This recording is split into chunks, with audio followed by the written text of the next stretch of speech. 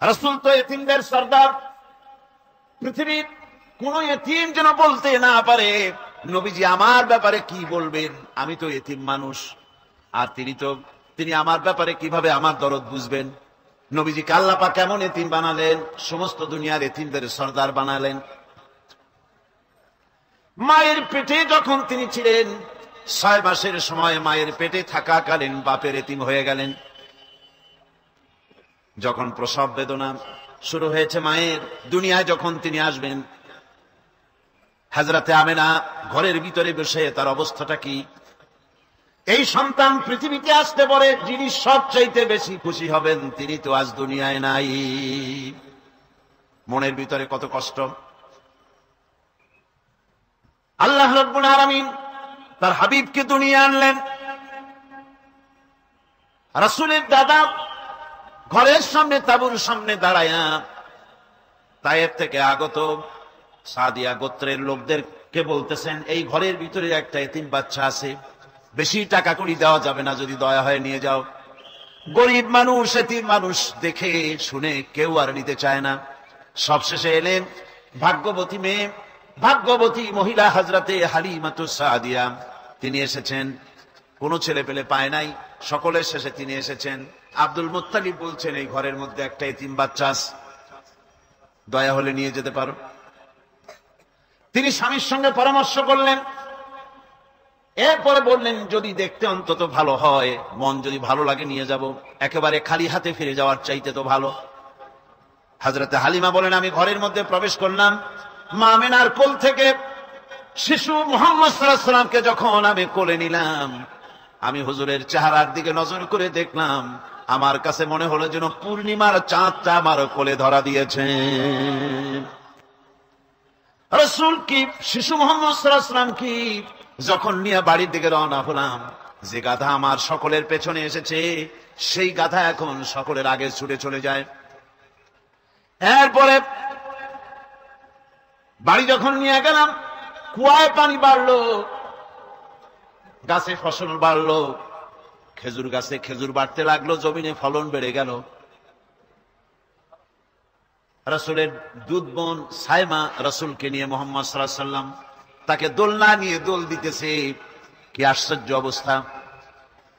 সাইমা তাকে দোল দিচ্ছে আর বলতেছে, বেঁচে থাকুক মুহাম্মদ সাল্লাল্লাহু আলাইহি ওয়াসাল্লাম, সে দীর্ঘজীবী হোক।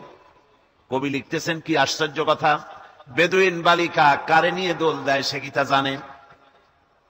বিশ্বনবী মুহাম্মদ রাসূলুল্লাহ সাল্লাল্লাহু আলাইহি ওয়াসাল্লাম এভাবে এতিম অবস্থায় জীবন তার শুরু হলো। যখন তিনি ফিরে এলেন 6 বছর বয়সের সময়, যখন মায়ের কাছে তিনি ফিরে এসেছেন, প্রতিদিন তিনি খেলা দেখতে যান ময়দানে। ইতিহাসের মধ্যে লেখা হয়েছে, মা প্রতিদিন সন্ধ্যার সময় তাকে ফিরে পান। আজকে সন্ধ্যা হয়ে গেছে, শিশু মুহাম্মদ সাল্লাল্লাহু আলাইহি ওয়াসাল্লাম বাড়ি ফেরেন না। কারণ কি, কেন বাড়ি ফেরে না? সন্ধ্যার দিকে তিনি চলে গিয়েছেন পাহাড়িয়া ময়দানে, যে দেখেন ধুধু করতেছে চতুর্দিকে, সন্ধ্যা হয়ে গেছে, অন্ধকার হয়ে গেছে, কোন ছেলে পেলে নাই, কেউ নাই। পাহাড়ের পাদদেশে বসে শিশু মুহাম্মদ সাল্লাল্লাহু আলাইহি ওয়াসাল্লাম কাঁদতেছেন। মা প্রশ্ন করলেন, বাবারে, সন্ধ্যা উত্তীর্ণ হয়ে গেল, কেন একা একা বসে বসে কাঁদো?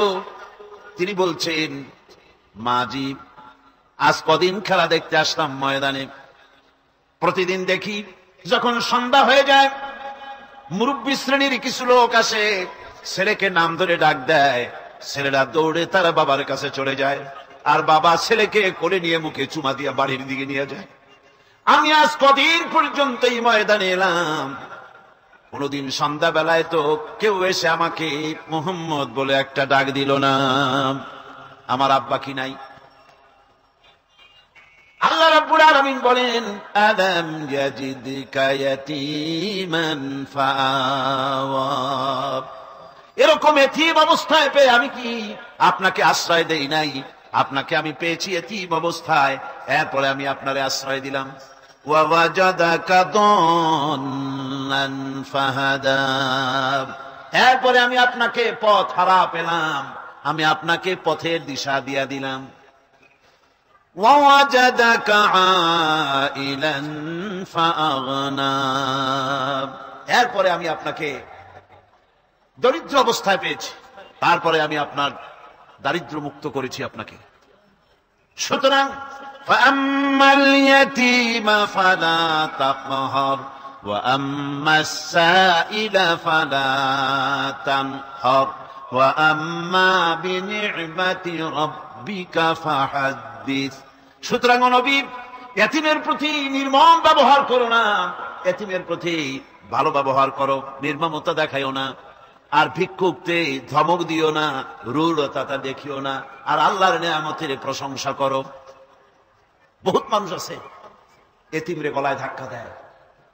মানুষ যখন ভিক্ষা নিতে আসে, গরিব মানুষ ভিক্ষা চাইতে আসছে, আত্মাহিত জানো, দোয়া কুনুত জানো, বাড়ি যেয়ে কাজ করবা, এই সব আজে বাজে কথা বলে ভিক্ষা দেয় না। সায়েলকে ধমক দিতে রাসূল করিম সাল্লাল্লাহু আলাইহি ওয়াসাল্লাম নিষেধ করেছেন, সায়েলকে ধমক দিও না। গাড়িতে বসে যাচ্ছেন সাহেব, ট্রাফিক মোড়ে যখন সিগন্যাল জ্বললো, গাড়িগুলি দাঁড়ায় গেল, ফকির এসেছে, হাত নাই পাও নাই, বুড়া মানুষ, একটা পয়সা বার করে না। আবার এই মানুষটি ওই ফকিরকে ধমক দিয়া বার করে দিল। এরপরে এই লোকটি যখন কোন মাজারের কাছে পৌঁছে গেল, 500 টাকার কড় করে নোটটা ফেলে দিল। বলেন টাকা দরকার কার? মরা মানুষের না জিন্দা মানুষের? কার দরকার? যার টাকা দরকার ছিল তারে দেওয়া হলো না, যার দরকার নাই তারে দেওয়া হলো। এরপরে লোকটা না খেয়ে যখন মারা গেল, পথের ফকির, রাস্তার ফকির, না খেয়ে মারা গেছে। এরপরে তার কাপড়ের কাপড় নাই, লোকটাকে রাস্তার উপরে শোয়া একটা ছেঁড়া কাপড় দিয়ে ঢেকে রেখেছে। বড় লোকেরা, সাহেবরা তখন গাড়ি দাঁড় করে আর 5 টাকা 2 টাকা করে তার লাশের উপরে মারতেছে। এটা মানবতার এর চাইতে লাঞ্ছনা, মানবতার জন্য এর চাইতে গঞ্জনা আর কিছুই হতে পারে না। মানবতার প্রতি লাঞ্ছনা, এর থেকে আর দুর্গতি কি হতে পারে? বেঁচে থাকার সময় 1 টাকা আপনি দিলেন না, মরে যাওয়ার পর বিদায় হয়েছে বালাই, এখন দেওয়া শুরু করেছে। আমার বন্ধুগণ, এই জন্য এতিমের প্রতি দরদ করার জন্য আল্লাহ পাক কোরআনের ভিতরে পরিষ্কার বলেছেন। রাসূল করিম সাল্লাল্লাহু আলাইহি ওয়াসাল্লাম নিজে এতিম ছিলেন, আর এতিমের প্রতি তার এত দরদ ছিল, একবার তিনি ঈদের দিকে নামাজ পড়ার জন্য যাচ্ছেন। প্রতিমধ্যে দেখেন একটা বাচ্চা ছেলে কাঁদতেছে। এই রাস্তায় কত মানুষ গেল, কেউ দাঁড়ালো না থমকে, বাচ্চার ক্রন্দন কাউকে থামাইতে পারলো না। কিন্তু বিশ্ব নবী, দয়ার নবী, রাহমাতুল লিল আলামিন বাচ্চার কান্না দেখে পাও বাড়াতে পারলেন না। নবীজি দাঁড়ায় গেলেন, জিজ্ঞেস করেন, ও বাচ্চা, ঈদের দিনে কাঁদো কেন? ঈদের দিনে তো কাঁদতে নাই। বাচ্চা বলে, তোমার কাছে বলবো না, আমি সেই সকালবেলা থেকে বসে আছি, আমি যদি মক্কার আব্দুল্লাহর পুত্র মুহাম্মদ রাসূলুল্লাহ সাল্লাল্লাহু আলাইহি সাল্লামকে পাই, মনের দুঃখ তার কাছে বলবো। বিশ্ব নবী জমিনের উপরে বসে পড়লেন, বাচ্চারে কোলের উপরে উঠায় বলেন, বাচ্চা বলো কি তোমার দুঃখ? তুমি যার জন্য বসেছো আমি তো সেই এতিম নবী, কি বলতে চাও? বাচ্চা বলতেছেন, ইয়া রাসূলুল্লাহ, আমার বাবা মারা গেছে। সেই ছোট্টবেলায় একেবারেই তখন মায়ের পেট থেকে আমি আসার পর বাপ মরে গেল, আমার মা আরেকজনের সঙ্গে বিয়ে বসেছে। সেই পুরুষটি আমারে দেখতে পারে না, আমার মা যদি আমারে কোলে করে এসে সহ্য করতে পারে না, আমারে চুমা খাইলে সহ্য করতে পারে না, আমারে খাবার দিলে মা মার খায়। আজ ঈদের দিনে রাতে আমার মা আমাকে বলল, বাবারে তোমার কপাল খারাপ, তোমার বাবা মারা গেছে, তোমাকে সাহায্য করার কেউ নাই, আমি তোমার যত্ন করতে পারলাম না, কোলে নিয়ে চুমাও দিতে পারি না, আমার এমনই কপাল খারাপ। সুতরাং এতিমের দরদ এতিম ছাড়া আর কেউ বুঝবে না। তুমি আজ চলে যাও, ওই রাস্তায়, ঈদের রাস্তায় দাঁড়ায় থাকো, মাঠের রাস্তার পাশে, বিশ্ব নবীর কাছে তোমার দুঃখ বলো, এতিমের দুঃখ তিনি বুঝবেন। আমি মায়ের কথা মতো এই জায়গায় এতক্ষণ বসে আছি, হুজুর আপনি দয়া করে, আমার কথা তো আপনার কাছে বললাম, আমার মনের এই দুঃখ। নবীজি বাচ্চার কথা শুনতেছিলেন, চোখ দিয়া পানি পড়তেছিল। বাচ্চাকে বুকের সঙ্গে জড়িয়ে ধরে নবীজি বলেন, ও এতিম, মুহাম্মদ সাল্লাল্লাহু আলাইহি ওয়াসাল্লাম যদি তোমার পিতা হন আর হযরতে আয়েশা যদি তোমার মা হয়ে যায়, বলো তোমার মনের দুঃখ মেটে নাকি? ছেলে ডুকরে কেঁদে উঠলো আর বলল, ইয়া রাসূলুল্লাহ, আপনি যদি আমার পিতা হন আর আয়েশা যদি আমার মা হয়ে যায়, এর থেকে বড় সৌভাগ্যের আমার তো আর কিছুই নাই। নবীজি এতিমকে বাড়ি নিয়ে গিয়ে হযরতে আয়েশার হাতে তুলে দিয়ে বললেন, আয়েশা রে, পবিত্র ঈদের দিনে আল্লাহ রাব্বুল আলামিন তোমার জন্য একটা উপহার পাঠিয়েছেন, এটা যত্ন করো। এতিমের প্রতি দরদ রাখার জন্য আল্লাহ রাব্বুল আলামিন বলেছেন, এতিম, মিসকিন, বিধবা, অসহায় লোক, তাদের প্রতি যাতে করে মুসলিম সমাজ লক্ষ্য রাখে, সেজন্য আল্লাহ পাক নির্দেশ করেছেন। বুখারী এবং মুসলিম শরীফের হাদিসে এসেছে, আস-সাই আলাল আরমালাত ওয়াল মিসকিন কাস-সাই ফি সাবিলিল্লাহ। বিধবাদের জন্য, মিসকিনের জন্য কেউ যদি কোনো উদ্যোগ গ্রহণ করে, কেউ কোনো সাহায্য দেয়, জিহাদের ময়দানে জিহাদ করে আল্লাহর রাস্তায় যে সওয়াব পাওয়া যায়, যে মর্যাদা পাওয়া যায় আল্লাহর কাছে, এতিম, মিসকিন, বিধবাকে সাহায্য করলে সেই সওয়াব আল্লাহ রাব্বুল আলামিন আমলনামায় দিয়ে দেন। আমাদের প্রিয় নবী এতিম মিসকিনদের খুবই ভালোবাসতেন তার নিজের চাকর হযরত যায়েদ ও আনাস রাদিয়াল্লাহু তাআলা আনহুকে। সে সম্পর্কে এখন আলোচনা করা হচ্ছে। তার চরিত্রই প্রমাণ করে নবীদেরকে বায়নাত দেওয়া হয়েছে, এমন চরিত্র আচার আচরণ দেওয়া হয়েছে যাতে করে লোকেরা অভিভূত হয়ে যায়, আকৃষ্ট হয়ে যায়।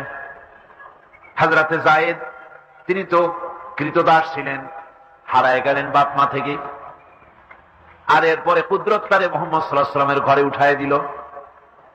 তিনি তখন আল্লাহর নবী, তখন নবুয়তের দায়িত্ব পান নাই। যায়েদের পিতার কাছে খবর হয়ে গেল যায়েদ আছে রাসূলের বাড়িতে, মুহাম্মদ সাল্লাল্লাহু আলাইহি ওয়াসাল্লামের বাড়ি মক্কায়। তারা এসে হুজুরের সঙ্গে দেখা করে বললেন, মুহাম্মদ সাল্লাল্লাহু আলাইহি ওয়াসাল্লাম, জানতে পেরেছি আপনার কাছে আমাদের ছেলে যায়েদ আছে, মেহেরবানি করে তাকে আমাদেরকে ফিরায় দেন। হুজুর বলেন, যায়েদ যদি তোমাদেরকে চিনতে পারে আর যদি যেতে চায়, আমার পক্ষ থেকে কোনো আপত্তি নাই, অবশ্যই যাবে। তবে যায়েদ যদি যেতে না চায়, আমি এমন লোক নই যে কেউ আমার কাছে থাকতে চাইলে আমি জোর করে তাকে ঠেলেও দিতে পারি না, আমি তেমন লোক নই। পিতা বললেন, আপনি অবশ্যই যুক্তিপূর্ণ কথা বলেছেন। হযরতে যায়েদকে আনা হলো। হুজুর বললেন, তুমি কি চেনো এদেরকে? যায়েদ বললেন, চিনি, ইনি আমার বাবা, উনি আমার চাচা। যায়েদের পিতা বলেন, বাবারে বাড়ি চলো, তোমার মা কেঁদে কেঁদে হয়রান, চলো বাড়ি যাই, বাড়ির যা কিছু আছে সব তোমাকে ফিরিয়ে দেওয়া হবে। হযরতে যায়েদ বলতেছেন, পিতা, বাড়িতে যা আছে তাই শুদ্ধ, তামাম দুনিয়াটা যদি আমারে দেওয়া হয়, এই লোকটির কাছে থেকে যে ব্যবহার পেয়েছি, আমি এই লোকের কদম ছেড়ে যেতে পারি না। তার চরিত্রই প্রমাণ করে তিনি নবী, কি ব্যবহারটা পেয়েছেন। হযরত আনাস রাদিয়াল্লাহু তাআলা আনহু ছোট মানুষ, 8 বছর বয়সের সময় হুজুরের খাদেম হয়ে হুজুরের বাড়িতে আসছেন। আচ্ছা, 8 বছর বয়সের কিশোর ভুল তো করতেই পারে। গরম পানি চাইলে ঠান্ডা পানি আনিয়ে দেবেন, স্যান্ডেল চাইলে জুতো আনবেন, বিছানা বিছাইতে বললে উঠাই দেবে, এটা স্বাভাবিক। কিশোর মানুষ, ছোট মানুষ।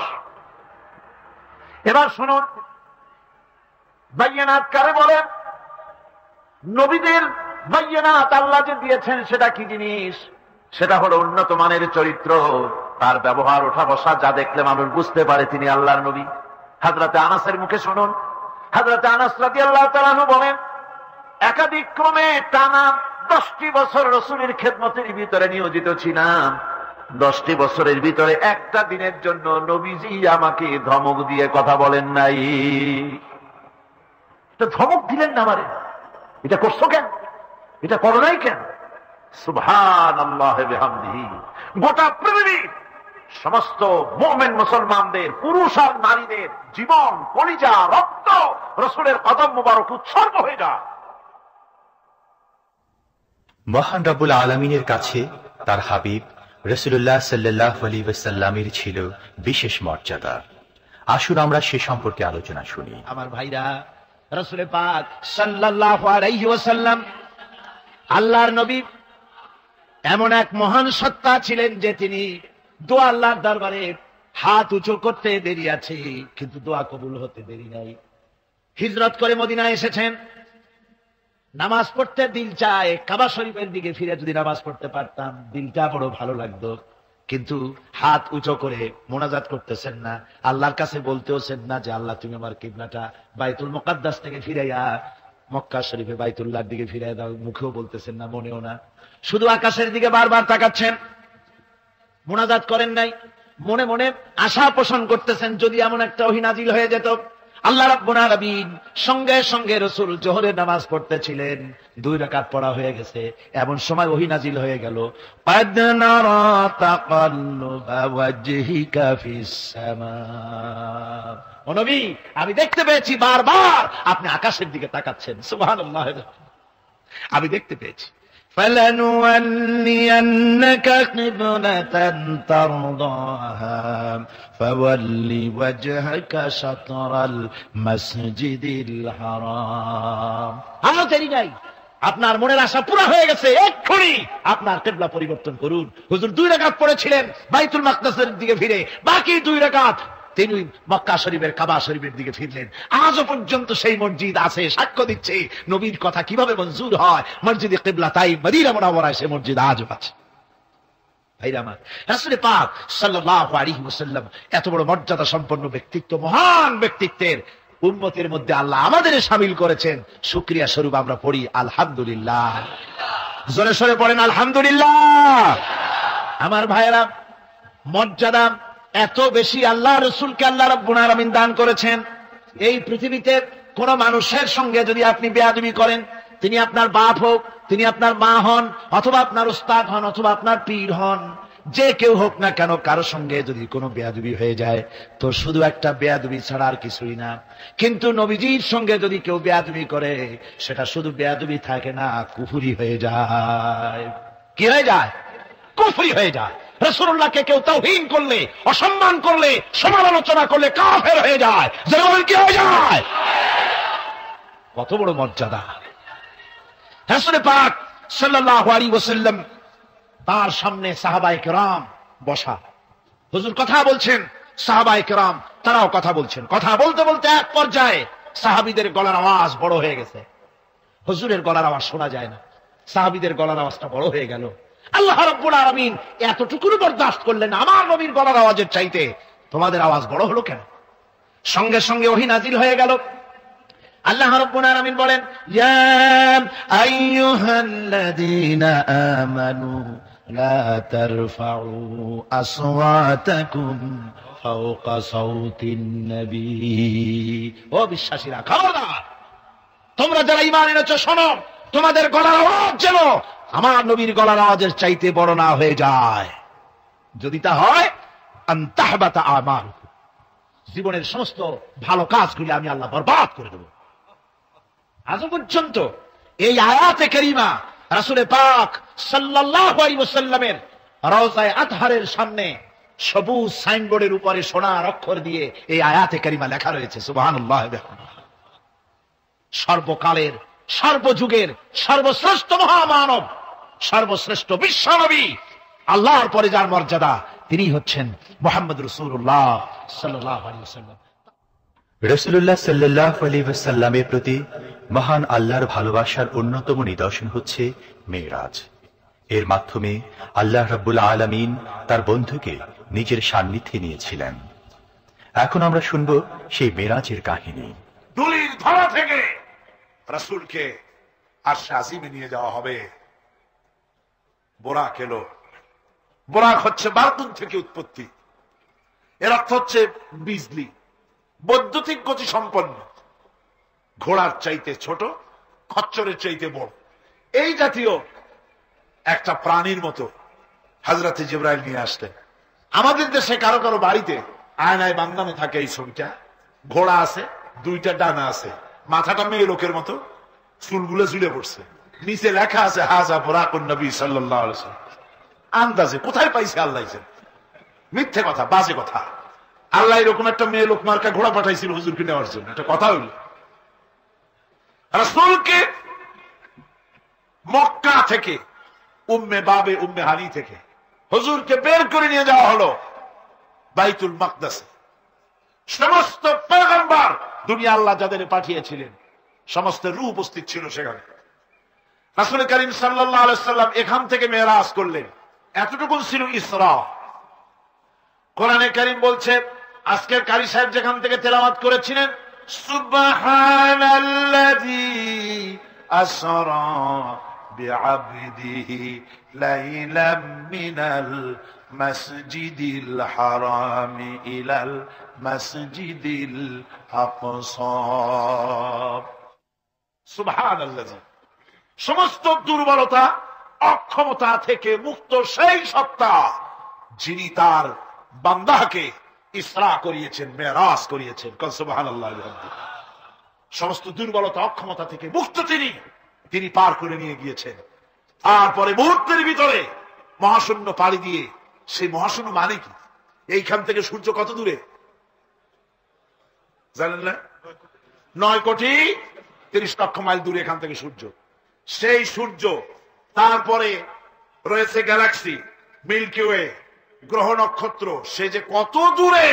যে সমস্ত তারকা, এমন বহু তারকা আছে যে তারকা সৃষ্টির পর তার আলো পৃথিবীর মাটি আজ পর্যন্ত স্পর্শ করে নাই, অথচ আলোর গতি প্রতি সেকেন্ডে কত মাইল? 1,86,000 মাইল। এই 1,86,000 মাইলের সেকেন্ড, এর মিনিট, এর ঘন্টা, এর দিন, এর সপ্তাহ, এর মাস, এর বছর, এটাকে বলা হয় লাইট ইয়ার, আলোকবর্ষ। সেই তারকা তৈরি হওয়ার পর কত সহস্র সহস্র লাইট ইয়ার চলে গেল, আজও পর্যন্ত সেই তারকার আলো পৃথিবীর মাটি স্পর্শ করতে পারে নাই। তাহলে সেই তারা কোথায়? আল্লাহ রাব্বুল আলামিন তার হাবিবকে চাঁদ, সূর্য, গ্রহ, নক্ষত্র, মহাশূন্য পাড়ি দিয়ে, তারপরে 7 আকাশ পাড়ি দিয়ে সিদরাতুল মুনতাহা পর্যন্ত নিয়ে গেলেন। জোরে কোন সুবহানাল্লাহ। এবার সিদরাতুল মুনতাহা পর্যন্ত যাওয়ার পথে যত ঘটনা ঘটলো, সেগুলো আপনারা ইতিহাস থেকে পড়ে নেবেন, ওগুলি বলার সময় আমার কাছে নাই। সিদরাতুল মুনতাহায় যাওয়ার পর হযরত জিবরাইল বলেন, আর আমি যেতে পারবো না, এটা হলো বিপজ্জনক বর্ডার। আমি যদি আর এক চুল অগ্রসর হই তাহলে আমি জ্বলে পুড়ে ছাই হয়ে যাব, আমার আর যাওয়ার অধিকার নাই। হুজুর সেখানে বসে থাকলেন। জিবরাইল বলে গেলেন, এখান থেকে আপনাকে নেওয়ার কুদরতি ব্যবস্থা হয়ে যাবে। রাসূল দুনিয়ায় ফিরে এসে হযরত বেলালকে ডেকে বলেছিলেন, বেলাল গো, এমন কি আমল তুমি করো, আমারে শোনাও। হযরত বেলাল বলেন, হুজুর আমার আমল তো সব আপনি জানেন। কয় না, কি করো শোনাও। বেলাল বলেন, হুজুর খাস আমলের মধ্যে এতটুকু আছে যে আমি কখনো বিনা উজুতে থাকি না, যখন উজু চলে যায় উজু করি, আর উজুর ইহতিমামের জন্য 2 রাকাত নফল নামাজ পড়ি। হুজুর বলেন, বেলাল তুমি এই আমল ছাড়বা না, কারণ সিদরাতুল মুনতাহায় হযরত জিবরাইল আমারে যখন ছেড়ে চলে গেলেন, আমার একা একা বড় ভয় লাগতে লাগলো। তখন আমার মনে হচ্ছিল তুমি যেন আমার চতুর্দিকে হাঁটতেছো। আমার ভাইরা, রফরফ নামক বিছানা চলে এলো। কুদরতি এই বিছানায় চড়ে নবীজি আল্লাহ রাব্বুল আলামিনের দরবারে আরশে আজিমে পৌঁছে গেলেন। জোরে বলেন সুবহানাল্লাহ, জোরে বলেন সুবহানাল্লাহ। যেখানে পৃথিবীর কোন মানুষের যাওয়া সম্ভব নয়, গোটা পৃথিবীর মানুষের মর্যাদা আল্লাহ পাক বাড়ায় দিলেন, আরশে আজিমে হুজুরকে নিয়ে গেলেন। তারপরে তিনি কথাবার্তা হুজুরের সাথে কি বললেন, সেই কথাগুলি নিয়ে আমাদের দেশে কথা হলো এই যে হুজুরকে নিয়ে আল্লাহ 5 ওয়াক্ত নামাজ দিছিলেন তো 50 ওয়াক্ত। মুসা আলাইহিস সালামের সাথে দেখা না হলে তো কাম সারছিল, আমাদের আর উপায় ছিল না। আরে ভাই, শুধু নামাজ দেওয়াই যদি উদ্দেশ্য হবে, তাহলে রোজার মতো তো আল্লাহ দুনিয়ায় বসে দিতে পারতেন কিনা, হজের মতো, যাকাতের মতো পারতেন কিনা। শুধু নামাজের জন্য নয়, আল্লাহ পাকের কায়নাত দেখাবার জন্য আল্লাহ পাক তাকে নিয়েছিলেন। বেহেশত দেখাইছেন, দোজখ দেখাইছেন, ভালো কাজ করলে কিরকম শান্তি হবে, খারাপ কাজ করলে কিরকম শাস্তি হবে, চোখে দেখাই দিয়েছেন মুহাম্মদ রাসূলুল্লাহ সাল্লাল্লাহু আলাইহি ওয়াসাল্লামকে। মেরাজ থেকে ফিরে এলেন, ঘরে এসে দেখেন উজুর পানি, উজু করে যে গেছিলেন উজুর পানি তখনও গড়াচ্ছে। যে দরজা দিয়ে বেরিয়েছিলেন দরজাটা ধাক্কায় তখনও কাঁপতেছে। যে বিছানায় শোয়া ছিলেন সে বিছানায় মানুষ শুয়ে থাকলে যেমন উষ্ণ থাকে, সেরকমের উষ্ণ ভাব তখনও আছে। কেমনে হলো? কেমনে হলো? মাথায় ঢুকবে না। সুবহানাল্লাহ কোন ঢুকবে? সুবহানাল্লাহ। এটার ব্যাপারে কোন বিজ্ঞান, দর্শন, যুক্তির প্রয়োজন নাই। প্রয়োজন শুধু এতটুকু, আল্লাহ তার হাবিবরে নেবেন, কত দ্রুত নিবেন, কত দ্রুত পাঠাবেন, এটা তিনিই ভালো জানেন, আমাদের কোনো জানার কথা না, ঠিক কিনা? তবে দৃষ্টান্ত যদি চান তাহলে আমি দৃষ্টান্তটা এভাবে দিতে পারি, বুঝাবার জন্য একটা দৃষ্টান্ত দিতে পারি। সেটা হলো এই, ধরেন বাংলাদেশে কোন প্রেসিডেন্ট আসবে, পৃথিবীর যে কোনো দেশের এক প্রেসিডেন্ট আসবে, এটা আসার যখন খবর হয়ে যাবে তখন পত্র পত্রিকায় রুট বলে দেওয়া হয়, এই রুটে রাষ্ট্রীয় মেহমান রাষ্ট্রীয় অতিথি ভবনে আসবেন, এই রাস্তা দিয়ে সাধারণ ট্রাফিক চলাচল বন্ধ থাকবে। এয়ারপোর্ট থেকে নিয়ে রাষ্ট্রীয় অতিথি ভবন পর্যন্ত মেহমান না আসা পর্যন্ত সমস্ত ট্রাফিক চলাচল বন্ধ। মেহমান পৌঁছে যাবে, তারপরে আবার স্বাভাবিক ট্রাফিক চলবে। এটা জানেন কিনা? এইটা যদি পৃথিবীর সামান্য সলিমদ্দি